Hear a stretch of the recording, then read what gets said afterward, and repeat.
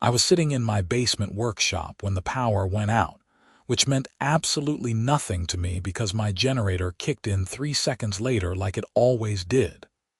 February in Buffalo, New York was no joke, and this blizzard had been forecasted for days. Everyone with half a brain had prepared. Apparently, not everyone in Riverside Meadows HOA had half a brain. My name is Marcus Zimmerman, and I have been living in this cookie-cutter subdivision for 8 years. I am a telecommunications engineer who works from home, which means reliable power is not just a convenience for me. It is a necessity. When I bought this place back in 2018, the first thing I did was install a whole house natural gas generator. The HOA rules did not specifically forbid it, and I made sure it was tucked behind my house, properly screened by landscaping, and met all the noise ordinances. I did everything by the book. What most people in the neighborhood did not know was that I had also wired my system to provide backup power to 3 neighboring properties through underground lines I had installed myself. This was not some grand gesture of charity. My best friend Daniel lived 2 doors down with his elderly mother, who needed a powered oxygen concentrator. The Johnsons next door had welcomed me with homemade pie when I moved in, and had helped me countless times over the years. And then there was the property directly behind mine, which backed up to my yard. That one was a bit more complicated. When I installed the backup system, that house had been occupied by Tom Richardson, a retired firefighter who had become a good friend. We would drink beer on weekends and complain about the HOA together. Tom had a sump pump issue in his basement, and Buffalo being Buffalo, a failed sump pump during a heavy snow melt could flood a basement in hours. So when I ran the lines, I made sure his sump pump had backup power. It seemed like the neighborly thing to do. Tom moved to Florida 2 years ago. The house sold within a week to someone named Heather Sutherland. I did not think much about it at the time. I figured I would introduce myself eventually, maybe mention the power setup, but life got busy. Then Heather became the HOA president 6 months ago, and my life became significantly more complicated. Heather was what you would call a professional busybody. She was probably in her late 40s, always dressed like she was about to attend a country club luncheon, and treated the HOA bylaws like they were the 10 Commandments. Within her first month as president, she had sent violation notices to 14 different homes for things like garbage cans being visible from the street and mailbox posts being the wrong shade of black. My first violation notice came because apparently my lawn edging was not crisp enough. In February, under 2 feet of snow, the blizzard had started around 6 in the morning. By noon, we had 18 inches of snow and winds gusting to 50 miles per hour. The power company had already issued statements saying outages could last days. I was perfectly comfortable in my house, working on a network design project, with the generator humming away in the background. The pounding on my front door came around 2 in the afternoon. I could barely hear it over the wind, but someone was absolutely hammering on the door like the police serving a warrant. I looked through the peephole and saw Heather Sutherland bundled up in what looked like a white fur coat, her face red from cold and anger. I opened the door a crack and the wind nearly ripped it from my hands. "Can I help you, your generator?" she shouted over the wind. "It needs to be shared with the community. This is an emergency situation, and you are being selfish by keeping all that power to yourself." I stared at her for a moment, genuinely confused. "I'm sorry, what?"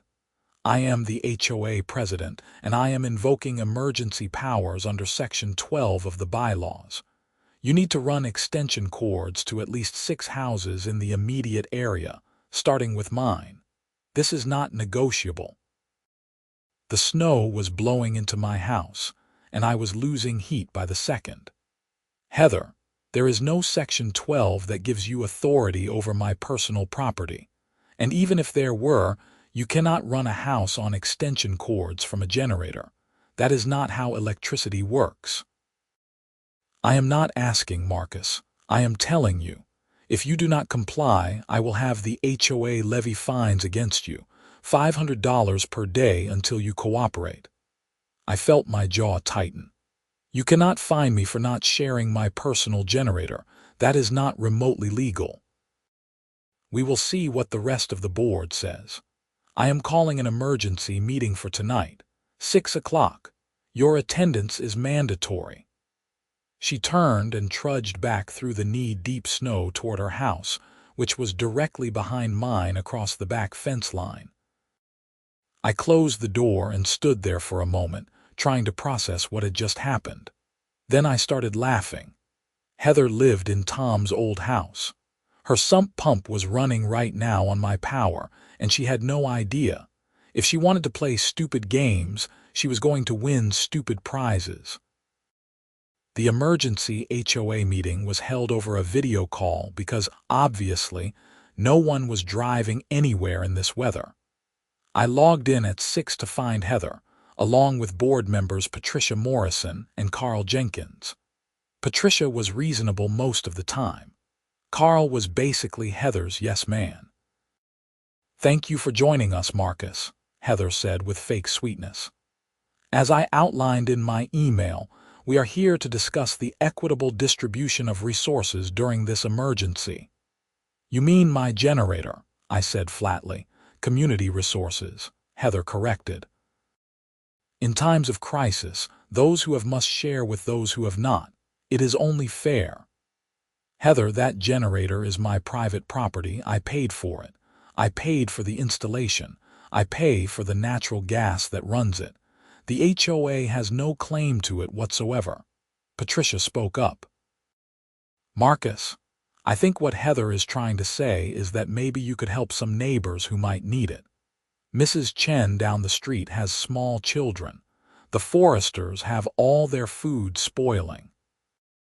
I would be happy to offer advice to anyone who wants to prepare better for the next storm," I said. "But I am not running my generator into the ground because other people did not prepare. These storms are not a surprise. We live in Buffalo." "This is exactly the kind of selfish attitude I am talking about," Heather said, her voice rising. "You sit in your comfortable house with power while the rest of us suffer. Some of us have basements that could flood. Some of us have food that is spoiling. You have the means to help and you refuse." I almost told her right then about the sump pump, but something made me hold back. I wanted to see how far she would actually push this. "My answer is no," I said. "If you want to try to levy fines, go ahead. I will see you in court and I will win." Heather's face went red. "Then, as of right now, you are being fined $500 per day until you comply. Furthermore, I am filing a formal complaint with the township about your generator. I am certain it violates noise ordinances and zoning restrictions." "It does not, and you know it does not because I had it inspected and permitted 8 years ago. Are we done here? You will regret this, Marcus. People will remember how you acted during a crisis." She disconnected from the call. Patricia sighed. "Marcus, you are not wrong, but you are making an enemy." She made herself my enemy the day she started sending me violation notices for snow-covered lawn edging. I am done trying to appease her. I disconnected and went back to work, but I could not focus. I kept thinking about Heather's basement and that sump pump running faithfully on my electricity. The irony was too perfect. The next morning, the snow had stopped, but the power was still out across most of the city. I checked on Daniel and his mom first. They were fine, warm, and his mother's oxygen concentrator was working perfectly. The Johnsons were making breakfast and invited me for pancakes. Everything on my end was running smoothly. Around 10 in the morning, my phone rang. It was Patricia. Marcus, I think you should know that Heather is going door to door with a petition to have you removed from the HOA and possibly force the sale of your home. I laughed, though there was no humor in it. On what grounds? She is claiming you are a danger to the community, and that your refusal to help during an emergency proves you are not fit to live here. I know it is nonsense, Marcus, but she is very convincing when she wants to be. She already has 15 signatures. Let her waste her time. None of that has any legal standing. I am just warning you. She is also telling people that you threatened her when she came to your door yesterday. That made me go cold. I did no such thing. I know. I do not believe her. But she is spreading it around, and people are believing her because she is the HOA president. After I hung up, I immediately went to my security system and downloaded the footage from my doorbell camera. It clearly showed Heather making demands, me calmly refusing, and her making threats about fines. I backed it up to 3 different locations. If she wanted to lie about me, I had evidence. The blizzard conditions returned that afternoon with a vengeance. The wind was so strong it was rattling my windows. I was in my office working when I got a text from Daniel. Dude, Heather just showed up here demanding to know how we have power. My mom is freaking out because Heather was yelling at her. I called him immediately. Is your mom okay? She is fine now, but Heather was screaming at her, saying we must have illegally tapped into city power lines and she was going to report us. I told her we have a generator set up, but she did not believe me. She wanted to come inside and inspect. Tell me you did not let her in. Of course not. But Marcus, she knows multiple houses have power now. She's going to figure out it is coming from you. Let her figure it out. She cannot do anything about it. But I underestimated Heather's capacity for vindictiveness. Around 4 in the afternoon, there was another pounding at my door. This time it was not just Heather. She had Carl Jenkins with her and 3 other people I vaguely recognized from the neighborhood. I opened the door. Can I help you?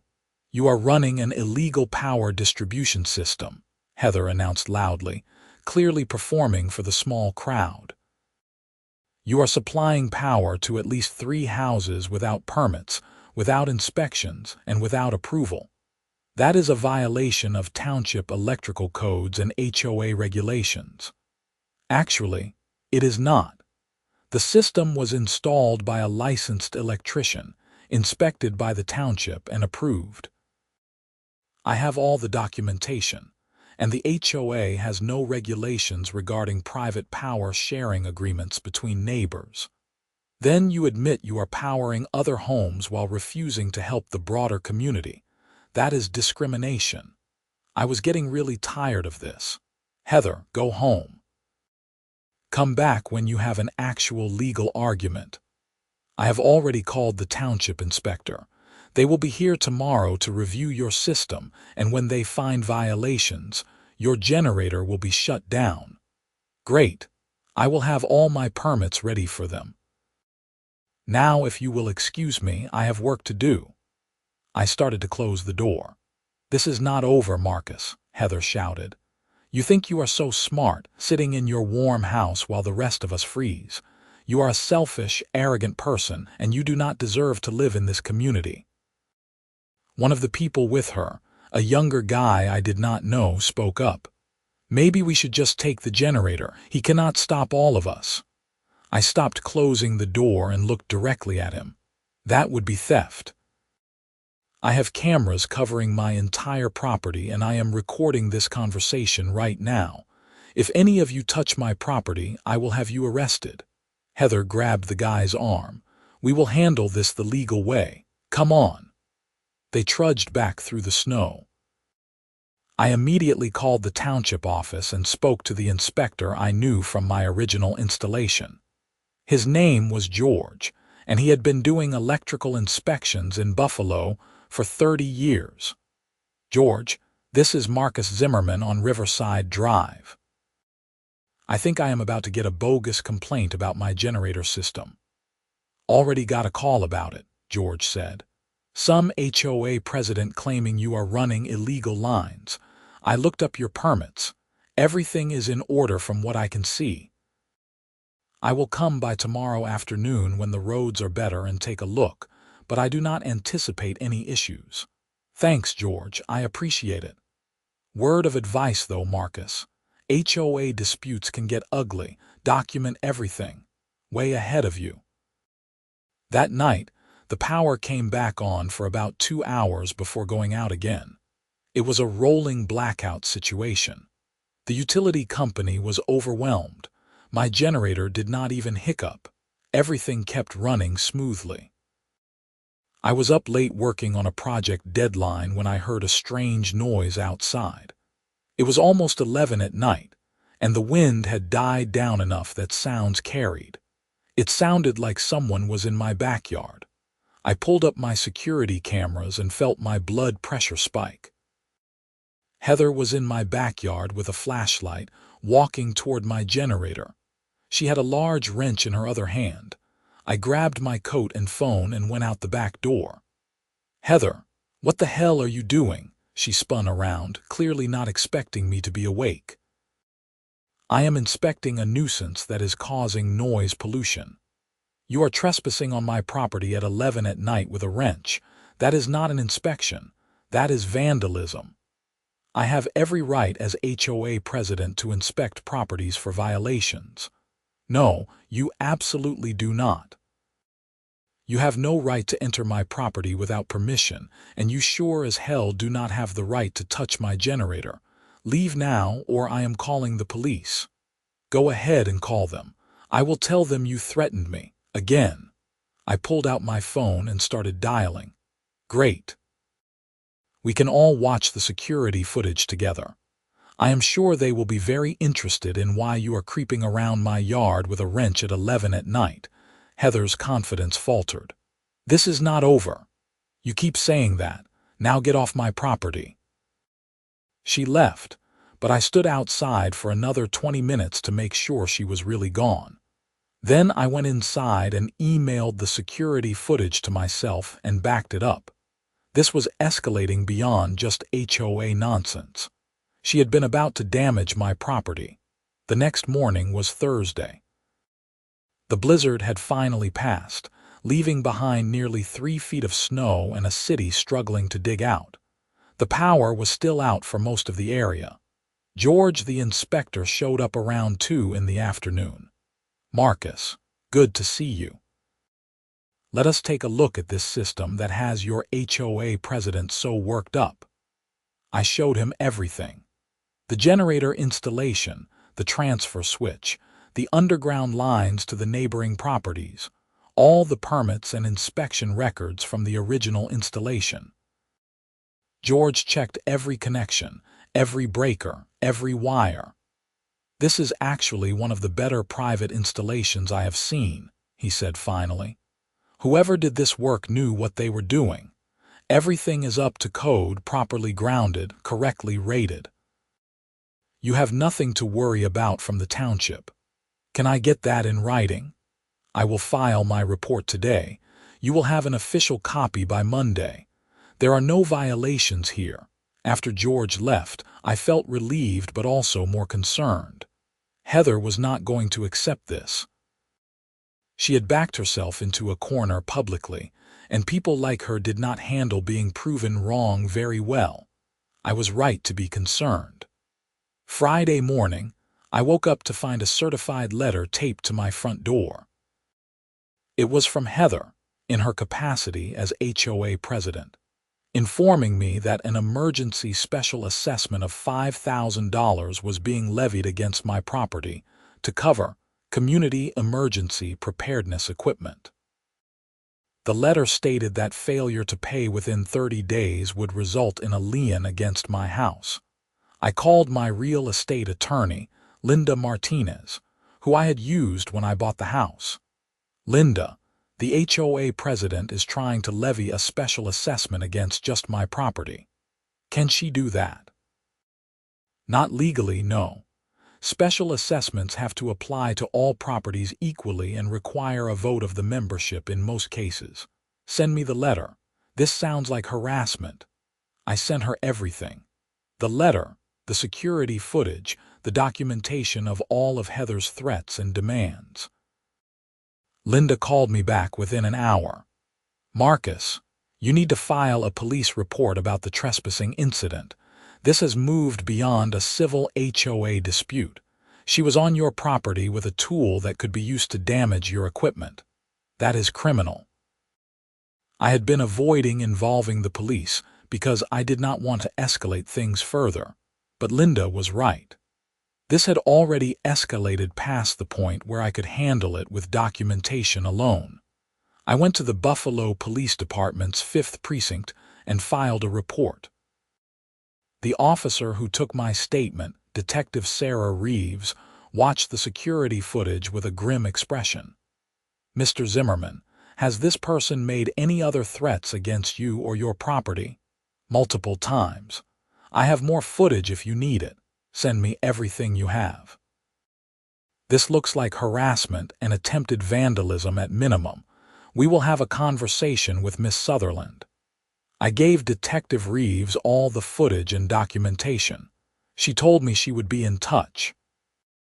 That afternoon, apparently after the police visited Heather, my phone started blowing up with angry messages. Heather had sent out a mass email to the entire HOA claiming I had filed false police reports against her, that I was harassing her, and that I was trying to intimidate her into dropping the legitimate violations against my property. She painted herself as a victim standing up to a bully. My phone rang. It was Patricia from the HOA board. Marcus, this is getting completely out of control. Heather is talking about calling an emergency meeting to vote you out of the HOA. She cannot vote me out. I own my property. This is not a co-op. I know that. But she has half the neighborhood convinced you are some kind of villain. People are angry that you have power and they do not, even though it is your own generator. Heather is very good at manipulating people. What do you want me to do, Patricia? She sighed. I do not know. But I am worried about where this is heading. Heather is not rational about this. She has made it personal. That night, the power finally came back on for good. The utility company had been working around the clock, and by Saturday morning, most of the city had electricity again. I figured that would be the end of it. The crisis was over. People would move on. I was wrong again. Saturday afternoon, Heather called another emergency HOA meeting. This time it was in person at the community clubhouse. I almost did not go, but Patricia called me and begged me to attend. She is going to push for sanctions against you. I need you there to defend yourself, and I need witnesses to see how unreasonable she is being. I went. The clubhouse was packed. At least 40 people from the neighborhood were there, which was unheard of for an HOA meeting. Heather had clearly drummed up interest. Heather started the meeting by presenting her case against me. According to her version of events, I had refused to help the community during a crisis. I had illegally installed power lines without HOA approval. I had verbally threatened her, and when she attempted to perform her duties as HOA president, I had filed false police reports to intimidate her. She was good. She was very good. By the time she finished, half the room was looking at me like I had kicked puppies. Then it was my turn to speak. Everything Heather just told you is either a lie or a distortion of the truth. I have video evidence of every interaction between us. Would you like to see it? I had brought my laptop. I showed them the doorbell footage of Heather demanding my generator. I showed them the footage of her showing up with a mob. And then I showed them the footage of her in my backyard at 11 at night with a wrench. The room went silent. The generator system on my property was professionally installed 8 years ago and inspected by the township. The inspector was here on Thursday and found 0 violations. The underground power lines to my neighbors' homes were also professionally installed and inspected. I have all the permits. Everything Heather has told you about illegal installations is false.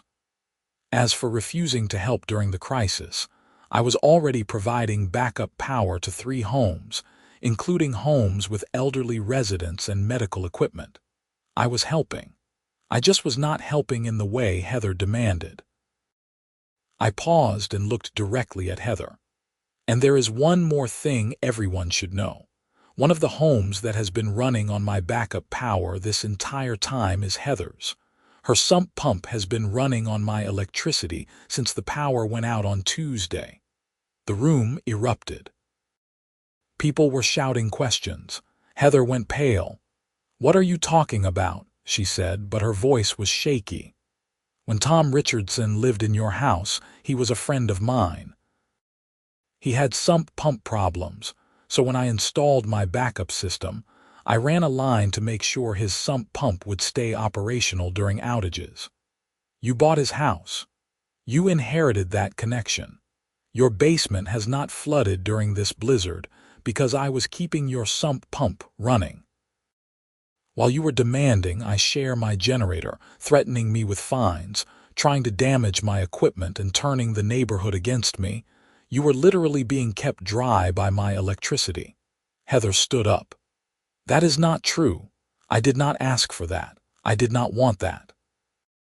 "No, you did not ask for it, but you benefited from it. And while you benefited from it, you tried to destroy me." Patricia stood up. "Heather, is this true? Did you know about this?" "I had no idea, but it does not change anything. He still should have helped more people." "With what?" Someone from the back shouted. "You had his power and you still were not satisfied." The meeting devolved into chaos. People were angry at Heather now. Some were defending her. It was a mess. Eventually, Patricia called for order and proposed a vote of no confidence in Heather as HOA president. The vote was 32 in favor of removing her, 8 against. Heather grabbed her things. "You are all going to regret this. I will sue. I will sue the HOA. I will sue Marcus. I will sue all of you." She stormed out. I thought that would be the end of it. I was wrong for the 3rd time. On Monday morning, I woke up to find my generator would not start.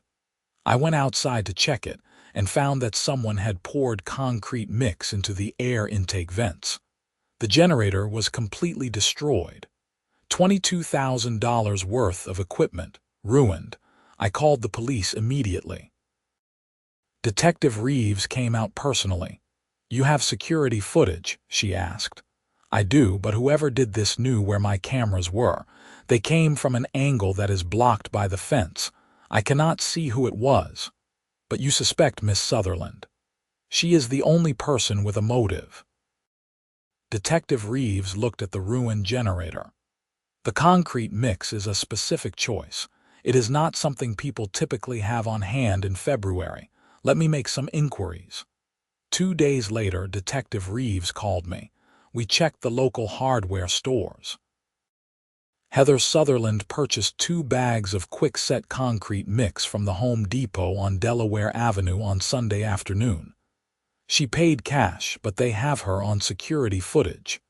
When we interviewed her, she claimed she needed it for a repair project. In February, in her house.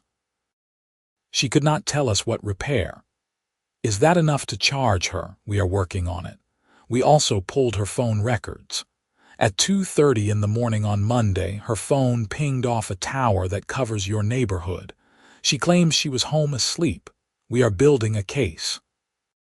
A week later, Heather was charged with criminal mischief in the 3rd degree and trespassing. The criminal mischief charge was a Class E felony because the damage exceeded $1,000. She was arrested, arraigned, and released on her own recognizance. I filed a civil lawsuit against her for the cost of the generator, installation of a replacement, and punitive damages. My attorney Linda was handling it. The HOA also voted to permanently ban Heather from serving on the board in any capacity. Patricia became the interim president. Here is where things got complicated in a way I did not expect. While the criminal case was being prepared, the prosecutor's office discovered something interesting. Heather had been embezzling money from the HOA. Not a lot, but enough that it constituted another felony. She had been approving fake invoices for landscaping and maintenance work that was never done, and the checks were going to an account in her name. Over the course of a year, she had stolen nearly $18,000 from the HOA funds. When that came out, additional charges were filed. Now she was facing 2 counts of grand larceny in the 4th degree on top of the criminal mischief charge. The criminal trial took place in October.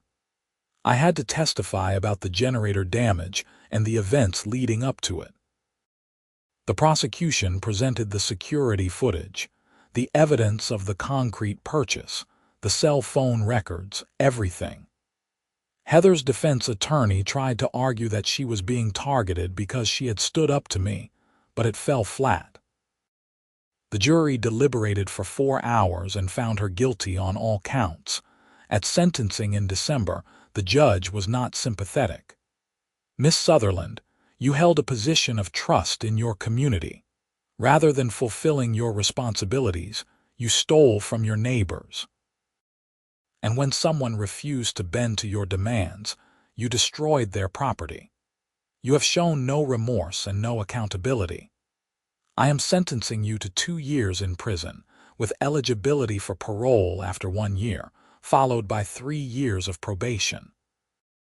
You are also ordered to pay restitution of $43,000 to cover the stolen HOA funds, the damaged generator, and Mr. Zimmerman's legal expenses." Heather was led out of the courtroom in handcuffs, still protesting that she was the victim. The civil lawsuit was settled after her criminal conviction. Her homeowner's insurance actually covered part of the damages, and the rest was to be paid out of the sale of her house. She would have to sell it to cover the restitution and civil judgment. By February, exactly 1 year after the blizzard, life in Riverside Meadows had returned to something resembling normal. Patricia was doing a good job as HOA president, focusing on actual community issues rather than power trips and petty enforcement. The neighborhood had come together in the wake of the scandal, and people were friendlier than they had been in years. I installed a new generator, this one with even better security features and cameras covering every possible angle. I also installed bollards around it to prevent vehicle access. I was not taking any chances. Tom Richardson, my old neighbor who had moved to Florida, called me when he heard about everything that had happened. "Marcus, I am sorry I sold that house to such a nightmare. You could not have known, Tom. Still, for what it is worth, you did the right thing." People like Heather count on everyone being too intimidated to push back. You pushed back. The house behind mine, Heather's former house, sold in March to a young couple with twins. Their names were Robert and Jennifer. When they moved in, I went over to introduce myself and explain about the backup power line to their sump pump. "Wait, so our sump pump has backup power and we did not even know it," Robert said. "Yep, just wanted to make sure you knew. If you ever want me to disconnect it, I can do that." "But it is there if you want it," Jennifer laughed. "Are you kidding? That is amazing, thank you. Do we owe you anything for the electricity?" "Nah, it is negligible, just be good neighbors." "We heard about what happened with the previous owner," Robert said carefully. "Sounds like it was pretty intense." "It was, but it is over now, fresh start for everyone." They turned out to be great neighbors. They invited me and Daniel's family over for a barbecue that summer. Their kids played in the yard. It was everything a neighborhood should be. In August, I got a letter from Heather's attorney. She was requesting that I write a letter to the parole board supporting her early release. The letter claimed she had learned her lesson and wanted to rebuild her life. I wrote back declining. I did not wish her ill, But I also was not going to advocate for someone who had tried to destroy my property and had stolen from the community. She would serve her time, or she would not. That was up to the parole board. Daniel and I were sitting on my back porch one evening in September, drinking beer and watching the sunset, when he brought it up. Do you ever think about how differently things could have gone if you had just given in to her demands that first day? I think about it sometimes. But giving in to bullies never works. She would have just found something else to go after me for. People like Heather need to control everything and everyone. The moment you show you will not be controlled, they escalate. Still, you lost a $22,000 generator. And I got it back through the settlement, plus I got a better one. Plus I do not have to live in fear of some petty tyrant making my life miserable over lawn edging. Fair point. Daniel took a sip of his beer. My mom still talks about how scared she was when Heather showed up yelling at her that day. How is she doing? Good, healthy. The oxygen concentrator is still running great thanks to your backup power. That is what matters. We sat in comfortable silence for a while, watching the colors change in the sky. The generator hummed quietly in the background, barely audible. Everything was working as it should. You know what the weirdest part is? I said. If Heather had just come to me reasonably that first day and said, "Hey Marcus, I know you cannot power everyone's house, but could you possibly help me keep my sump pump running?" I would have said yes. I would have explained that it was already running on my power, and we probably would have laughed about the coincidence. None of this had to happen. But that would have required her to ask instead of demand. Exactly. The HOA sent out a newsletter in October, outlining all the changes Patricia had implemented as president. Violation notices were now required to include photographic evidence and a clear citation of the specific rule being violated. All fines could be appealed to the full board, not just the president. Special assessments required a vote of at least 60% of the homeowners. Financial records were published quarterly and audited annually by an outside firm. It was everything an HOA should have been doing all along. The neighborhood was better for it. In November, I got a letter from the parole board. Heather had been denied early release. She would serve her full sentence. The letter did not give specific reasons, but reading between the lines, I suspected her continued insistence that she was the victim had not played well.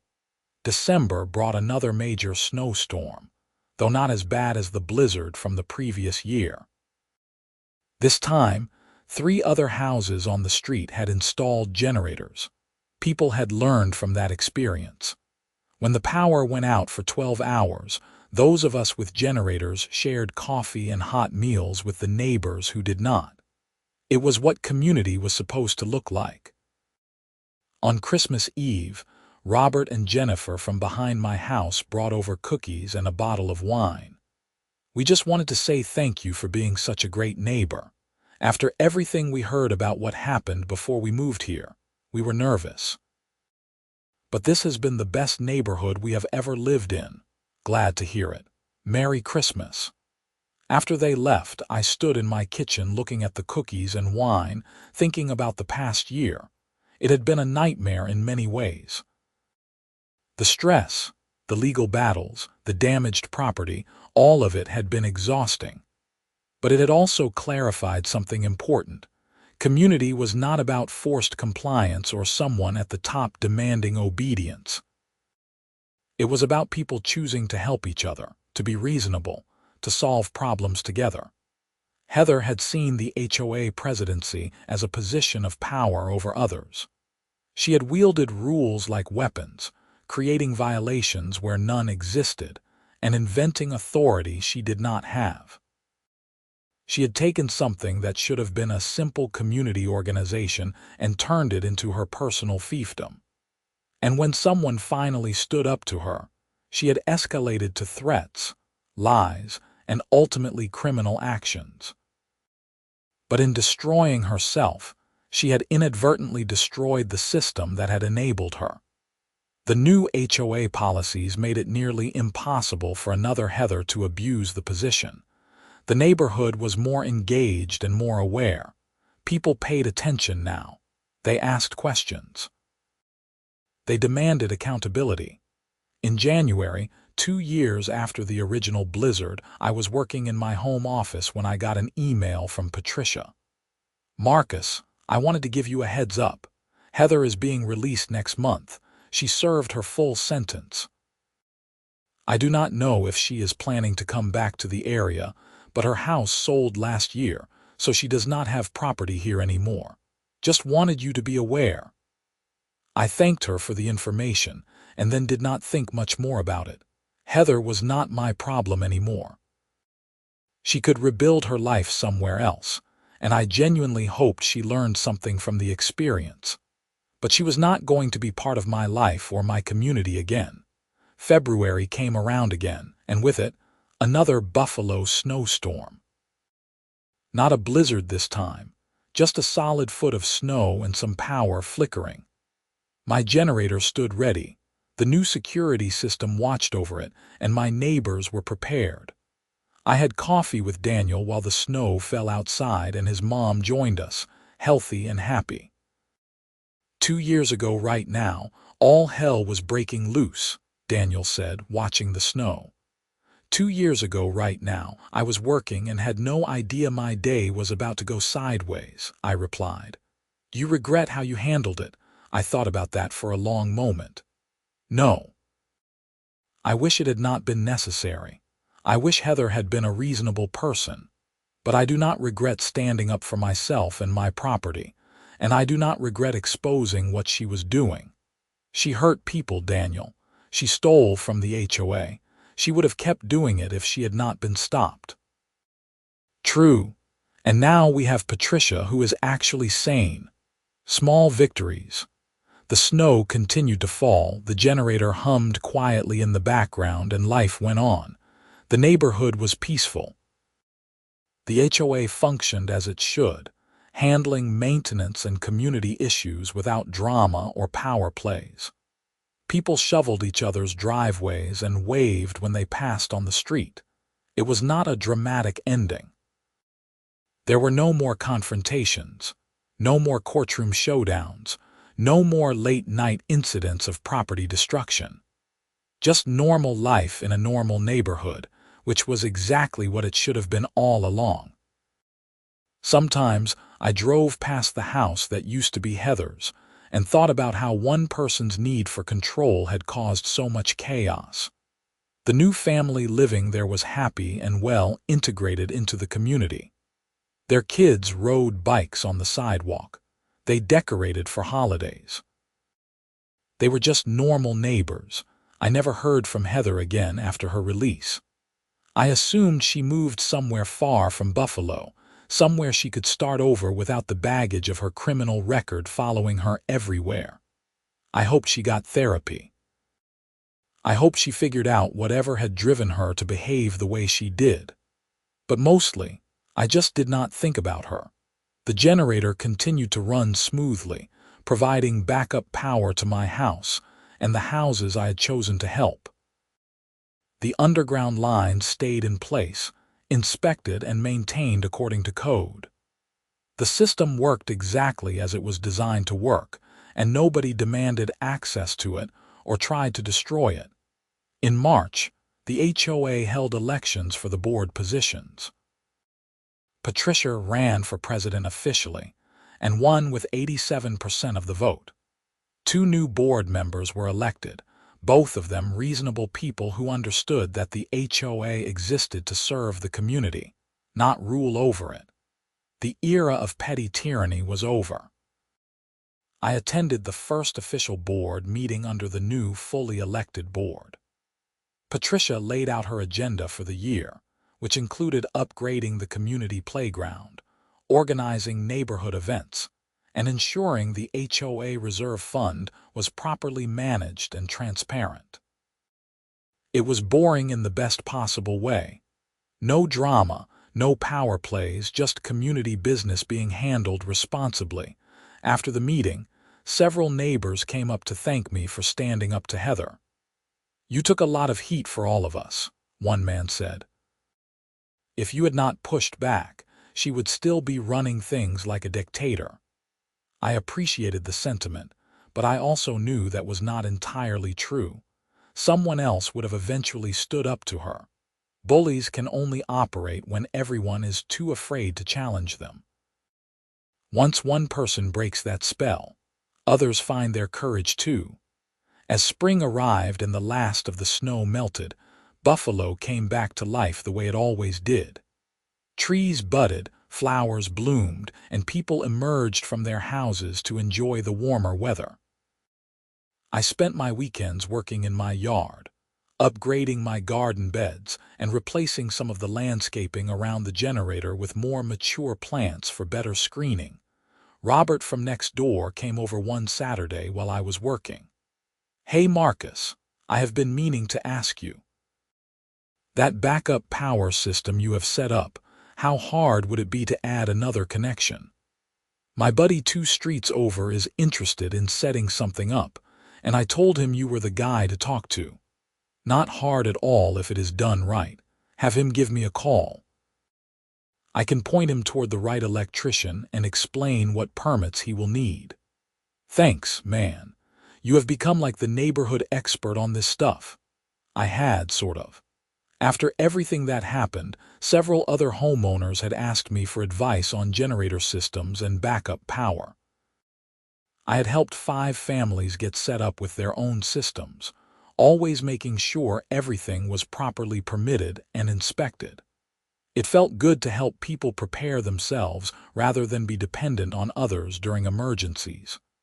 By summer, the Heather saga had faded into neighborhood history.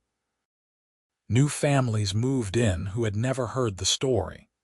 The people who had lived through it occasionally referenced it, usually as a cautionary tale about HOA board positions attracting the wrong kind of people if you were not careful. But mostly, life had moved on. I upgraded my home office setup and took on some new consulting contracts. Work was good, life was stable, and the neighborhood was peaceful. Everything I had fought to protect was still intact. My property, my rights, my community, all of it had survived Heather's assault and come out stronger on the other side. In August, I got an unexpected phone call from Tom Richardson, my old neighbor who had moved to Florida. "Marcus, you are not going to believe this. Heather showed up here." "In Florida? How did she even find you?" "I have no idea. She came to my door yesterday asking if I would be a character witness for her. She is trying to get her record expunged or sealed or something. She needs people to testify that she is not a bad person." "What did you tell her?" "I told her I moved to Florida to get away from Buffalo winters, not to get involved in Buffalo drama. Then I closed the door. But Marcus, she seemed off. Not angry like I expected, more desperate. It was actually kind of sad. She made her choices, Tom. All she had to do was not be a criminal." "I know. I just thought you should know she is apparently still fighting this." After I hung up, I thought about that conversation for a long time. Part of me felt sympathy for Heather. She had destroyed her own life through her actions, and now she was trying to undo the consequences. But sympathy did not mean I was willing to help her escape accountability. She had committed crimes. She had hurt people.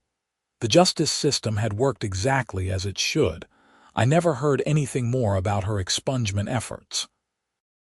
I assumed they failed, given that she had multiple felony convictions and had shown no real remorse during her trial or sentencing.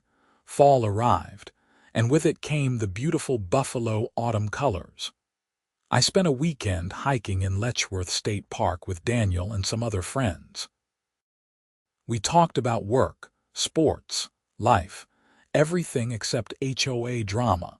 It was refreshing to realize how much that entire situation had faded into the background of my life. The HOA held its annual meeting in October. Patricia presented the financial reports, which showed the organization in good health. The embezzled funds had been recovered through the insurance claim and Heather's restitution payments. The Community Reserve Fund was properly invested and growing. Everything was running smoothly. Someone raised a question during the meeting about what safeguards were in place to prevent another situation like Heather. Patricia walked through all the new policies, the financial oversight, the checks and balances. "The most important safeguard," she said, "is all of you. An HOA board has power because homeowners give it power.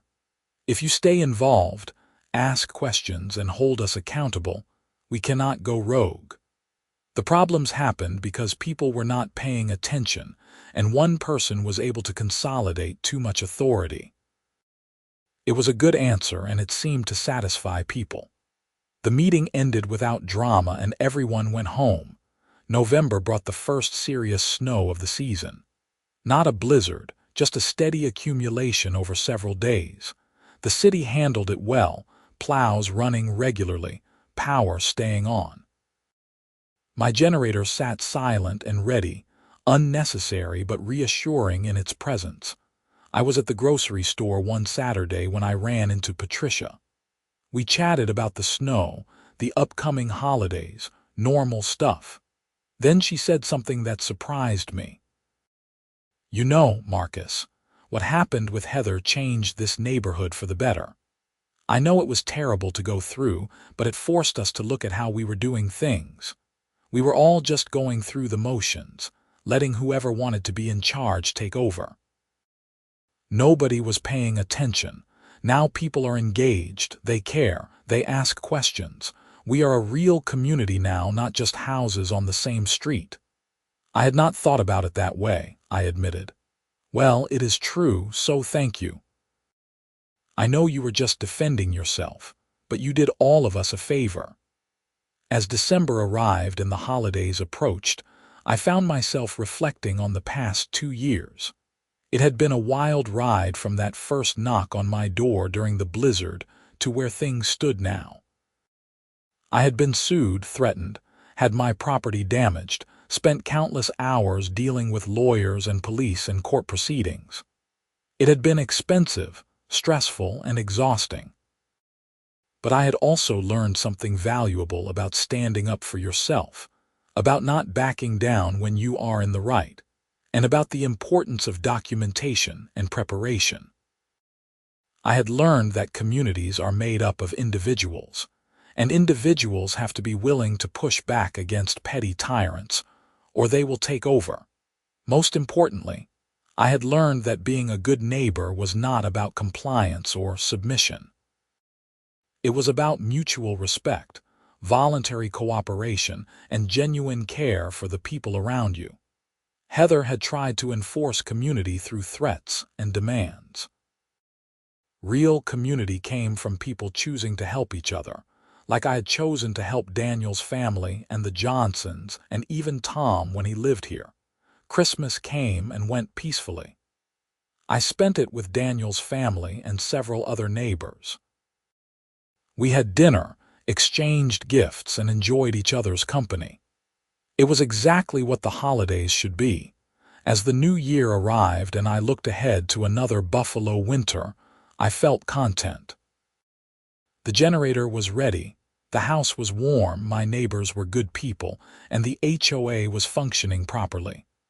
Life was not perfect, but it was good, and that was enough.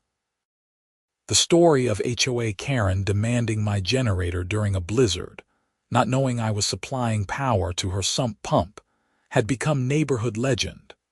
New residents heard about it and asked questions. Longtime residents told the story with embellishments and drama. I usually just smiled and confirmed the basic facts when asked. But the real story, the important story, was not about generators and sump pumps and dramatic confrontations. It was about a community learning to function properly, about accountability replacing authoritarianism, and about ordinary people choosing to do the right thing even when it was difficult. And on quiet winter nights when the snow fell and the generator hummed and my neighbors' houses stayed warm and dry, I knew we had built something worth protecting. Not through force or demands, but through respect, preparation, and genuine care for each other. That was the real victory, and it was one that would last long after the drama had faded into memory.